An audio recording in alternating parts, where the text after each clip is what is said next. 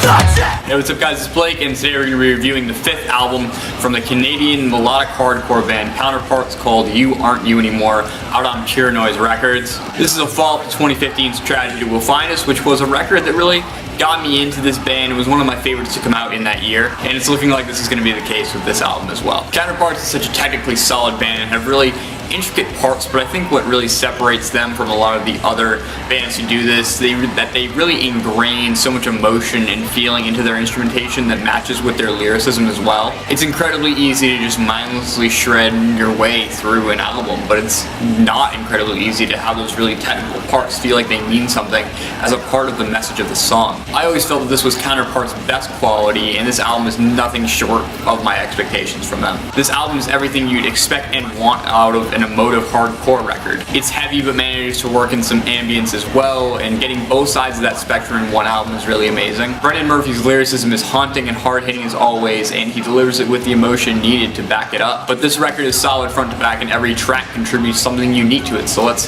get into the track list and talk about each individual one. The album opens up with Walk Away Slowly, which is a short prelude track that's really ambient and sets up this album perfectly for what's about to happen. It has a very ominous vibe to it that lets you know chaos is about to start unfolding and happen in the next track it fades into. And this is really how to perfectly set up an album like this, and I love it. The second track on the record is Bouquet, which was released as the lead single from the record and one of my favorites as well. When I think of melodic hardcore, this is the exact type of vibe I want out of the music.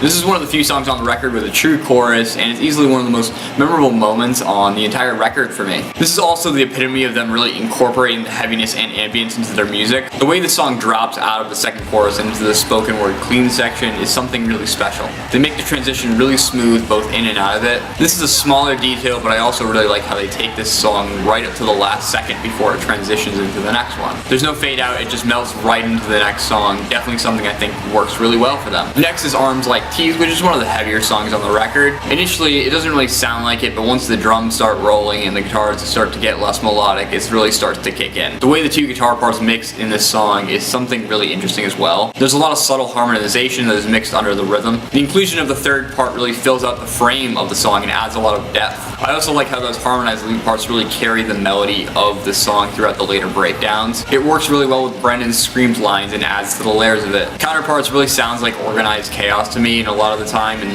the best way possible, just because there's so much going on, and this is definitely one of those songs. Next is No Servant of Mine, which was released as the second single from the record, and another song that doesn't really fuck around. This song feels a lot more like a modern metalcore song. The breakdowns feel a little more basic, but still they pack that punch that you would want out of them. The first time he screams No Servant of Mine, you're gonna really feel the guitars hit. They use the negative space between the breakdowns really well to accentuate each note and give everything a real chance to breathe. It really opens up the song and makes each note really count. This is also a great song from a mixing standpoint as well, just because of the panning between all of the guitar parts. Each part is specifically placed in either left or right speakers to have a really great atmosphere and sense of space, and it's just another really great song.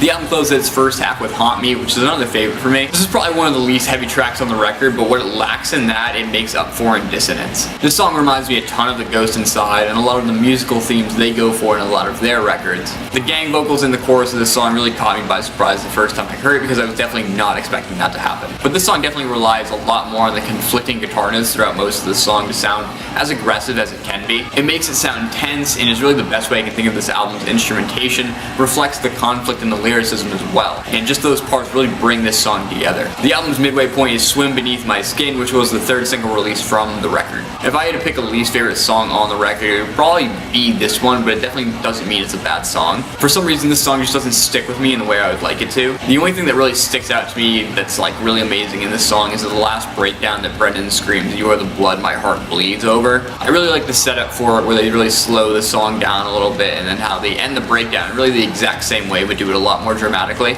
But the rest of the song feels very safe to me, but that last breakdown is really fucking awesome. The album opens up its second half with Thieves, which is the shortest song on the record at just above a minute, but it's easily the most fast-paced. This song puts a lot of notes and a lot of content into a very short frame. Its energy from start to finish, and easily the most aggressive song on the record. The breakdowns are all perfectly placed, especially the last one. It's the coolest fucking breakdown I think I've ever heard from Counterparts, and the scream right before it kicks in is just so gross and grotesque sounding. Brian from Knocked Loose was really doing guest vocals for that part all summer on Warped Tour, and I really wish he was featured in this song because he has the perfect vocal tone for that scream. But it's still incredible either way, and this is definitely the favorite track on the record for me. Next up is Rope, which is another song I'm not a huge fan of just because it sounds like everything else we've already heard. This is probably the only song I've had significant trouble being able to identify right away. There's just absolutely nothing in this song that sticks out to me as being incredibly unique or really attention-getting. I want to love the breakdown that kind of ends the song, but I just keep hearing Swim Beneath My Skin over it. Exactly the same vocal line and accentuated guitar pattern.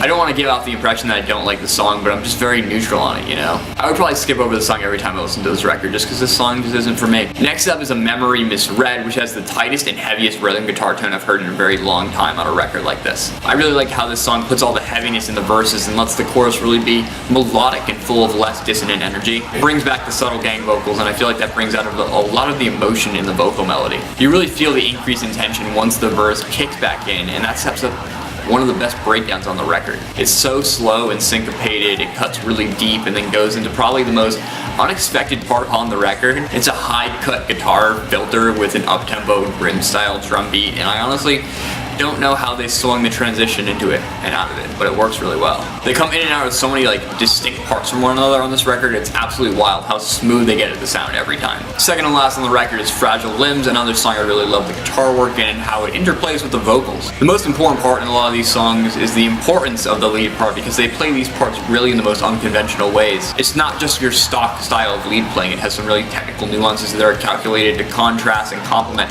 different sections of the song. They create conflict and resolve the conflict. It's wild how well they do it, and I think this song is one of the better examples of it. I really love the way the song fades out through some less gainy guitars and how they blow it up with reverb. It's pretty shimmery. It shows the delicacy in some of their parts and the feelings they get conveyed into it. The album closes with the title track, which is the most unique song on the record from an instrumental standpoint. It starts off with this high-pass guitar part that sounds pretty depressing, and then it jumps into one of the most aggressive sections on the record. The transition is so stark and hard-hitting, and that becomes a theme throughout the entire song, really. It weaves between these cleaner guitar sections, which is something we haven't really seen since Bouquet, so it's like the album comes full circle in a way. But every time Counterparts does this in any of their songs, I'm so weak for it, and they become my favorite songs of theirs. The clean section halfway through the song just sounds heartbreaking with Brendan's vocals over it. It has a little bit of a suspenseful part where you're just waiting for the song to come back with the full band and really fill out the song. But the end of this song is a masterpiece, honestly. It's the perfect emotional ending to this record. It reminds me a lot of the end to The Disconnect, which is arguably one of the most emotive and passionate endings of a melodic hardcore song ever. I love this song though, and honestly want to say this hits harder.